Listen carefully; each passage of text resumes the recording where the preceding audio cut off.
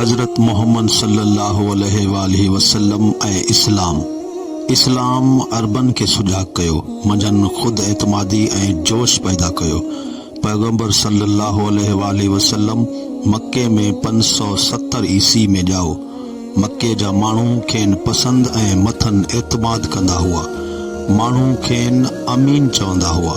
पर जॾहिं उन्हनि में नई मज़हब इस्लाम जी तबलीग शुरू कई त मक्के जा बुत परस्त ख़ासि तरह संदन मुखालफ़त करण लॻा ऐं ईअं ॿिया बि काफ़ी माण्हू हुन जे ख़िलाफ़ थी विया। अहिड़ी सूरत हाल खां पोइ आख़िरकार खेनि मक्को छॾिणो पियो। पंहिंजी तालीम में हू तौहीद जे इक़रार ते ज़ोर ॾींदा हुआ त अल्लाह हिकु आहे ऐं मोहम्मद सल्लल्लाहु अलैहि वसल्लम उन जो रसूल आहे। मक्के जे माण्हुनि जॾहिं उतां खेनि निकिरण ते मजबूर कयो त यसरब में पंहिंजे साथियुनि वटि पनाह वरिताऊं।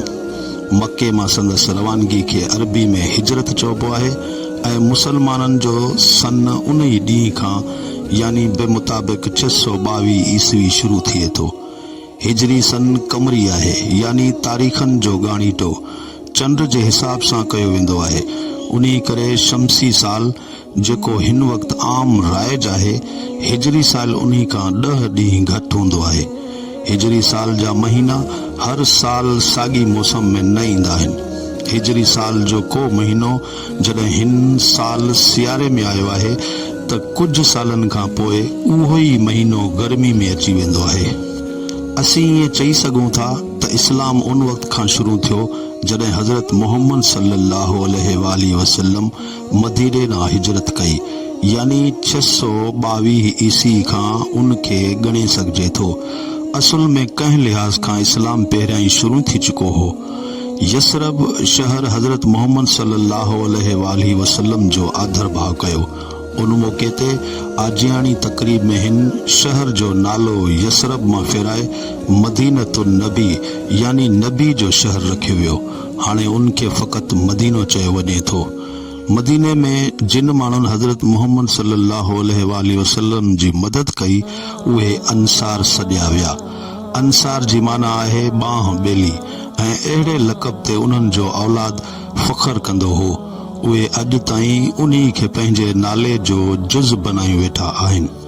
हिजरत जे 8 साल ई हज़रत मोहम्मद सल्लल्लाहु अलैहि वसल्लम मक्के में मालिक ऐं मुख्तार वारी हैसियत में वापसि आया।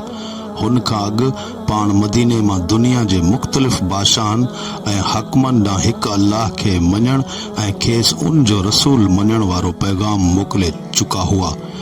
उन्हनि बादशाहनि ऐं हुक्मराननि खे वॾी हैरत थी हूंदी त आख़िरकार उहो कहिड़ो अणवाक़िफ़ माण्हू आहे जंहिं हुननि ॾांहुं अहिड़ो पैगाम मोकिलण जी हिमत कई आहे। उन्हनि पैगामनि मां ई असां अंदाज़ो लॻाए सघूं था त हज़रत मोहम्मद सल्लल्लाहु अलैहि वसल्लम खे पंहिंजो पाण ते ऐं संदन पैगाम ते केतिरो न ज़बरदस्त एतमाद हो। यानी उहो ईमान ऐं ख़ुदि एतमादी हुन पंहिंजी क़ौम खे ॾिनी ऐं उन्हे वलवले सां उन्हनि रेगिस्तानी माण्हुनि जन जी पहिरियां का बि हैसियत न हुई दुनिया ते पंहिंजो झंडो फड़काए छॾियो। ईमान ऐं एतमाद ॿई वॾियूं शयूं आहिनि ऐं उन्ही सां गॾु इस्लाम भाईचारे यानी सभु मुसलमान पाण में हिक ॿिए जा भाइर आहिनि जो पैगाम ॾिनो। अहिड़ी तरह जमहूरियत जो उसूल माण्हुनि जे साम्हूं आयो। अहिड़े भाईचारे वारे पैगाम न सिर्फ़ अरबन ते पर जिते जिते उहे विया मुख़्तलिफ़ मुल्कनि ते वॾो असर विधो हूंदो। हज़रत मोहम्मद सल्लल्लाहु अलैहि वसल्लम 632 ईस्वी में यानी हिजरत जी 10 साल बुरको मटायो। हिन अरब मुल्क जे कबीलनि खे जेके गिरोह वेड़ जो शिकार हुआ नई क़ौम तौर मुनज़्ज़म कयो ऐं हिकु नसबुल ऐन लाइ मंझंदि ज़बरदस्त जोश ऐं हौसलो पैदा कयो।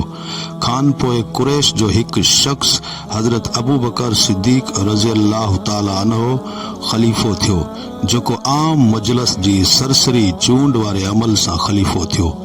2 सालनि खां पोइ जॾहिं हज़रत अबू बकर सिद्दीक़ रज़ी अल्लाह ताला अन्हो बि रिहलत फरमाई त हज़रत उमर रज़ी अल्लाह ताला अन्हो खेनि संदन जाइ ते ख़लीफ़ो बनायो वियो।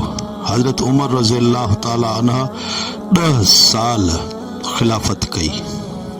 हज़रत अबू बकर सिद्दीक़ रज़ियल्लाहु ताला अन्हा ऐं हज़रत उमर फारूक रज़ियल्लाहु ताला अन्हो ॿई आला शख्सियतनि जा मालिक हुआ जन अरबी ऐं इस्लामी अज़मत खे बुलंद कयो। ख़लीफ़े जी हैसियत सां हू ॿई मज़हबी ऐं सियासी रहनुमा जी हैसियत सां हुक्मरान हुआ। आला मनसब ऐं सल्तनत जे ॾींहुं वसत जे बावजूद हुननि पंहिंजी ज़िंदगी में सादगी कायम रखी ऐं ऐश इशरत आराम ऐं ज़ाहिरी शान व शौकत वारी ज़िंदगी गुज़ारण खां पासो कयऊं। इस्लाम जी जमहूरियत हुननि लाइ अहम ऐं अटल शइ हुई। हज़रत अबू बकर सिद्दीक़ रज़ियल्लाहु ताला अन्हो ऐं हज़रत उमर फारूक रज़ियल्लाहु ताला अन्हो अहिड़नि उहिदेदारनि ऐं मातहतनि ते लानत ऐं मलामत कई ऐं खैन सज़ा ॾिनी जेके ऐश व इशरत ऐं शान व शौकत वारी ज़िंदगी में फासी थिए पिया ऐं अहिड़नि जी ज़िंदगी ॾिसी उहे रोईंदा बि हुआ। अहिड़ियूं केतिरियूं ई रवायतूं बयानु थियल आहिनि। हुननि जो ईमान हो त सादे ऐं मुशक्क़त वारी ज़िंदगी में ई संदन ताक़त जो राज़ लिकल आहे।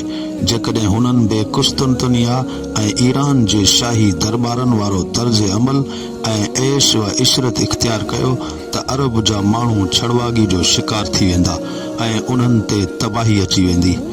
हज़रत अबू बकर सिद्दीक़ रज़ियल्लाहु ताला अन्हो ऐं हज़रत उमर फारूक रज़ियल्लाहु ताला अन्हो जी खिलाफ़त जो अरसो 12 साल रहियो, पर उन ई थोरे अरसे में अरबन रोमन साम्राज्य ऐं ईरान जी सासानी शहनशाह ॿिन्ही खे शिकस्त ॾिनी। यहूदियुनि ऐं ईसाइनि जी दावा कयल मुक़दस शहर बैतुल मुक़दस ते अरबन कब्ज़ो करे वरितो। सॼो शाम, इराक ऐं ईरान उन नई अरब सल्तनत जो हिसो बणिजी विया। ॿिनि मज़हबनि जे बानियुनि वांगुरु हज़रत मोहम्मद सल्लल्लाहु अलैहि वसल्लम बि उन वक़्त जे समाजी बुराइनि जे ख़िलाफ़ हो जंहिं मज़हब जी हिन तबलीग कई।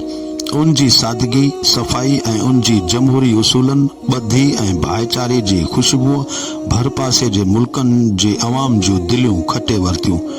होॾे बादशाहनि ऐं अहिड़नि ई मज़हबी पेशवाउनि अवाम खे चिपाटे छॾियो हो। माण्हू पुराणनि तरीक़नि खां बेज़ार थी चुका हुआ ऐं कंहिं इनकलाब लाइ बेचैन हुआ। इस्लाम खेनि उन ई इनकलाब जो पैगाम ॾिनो ऐं उन्हनि उन जी आज्ञा कई। उन ई करे उन्हनि जी हालत घणनि ई हैसियतनि खां लाभाइती थी ऐं पुराणियूं ख़राबियूं ख़तम थी वियूं।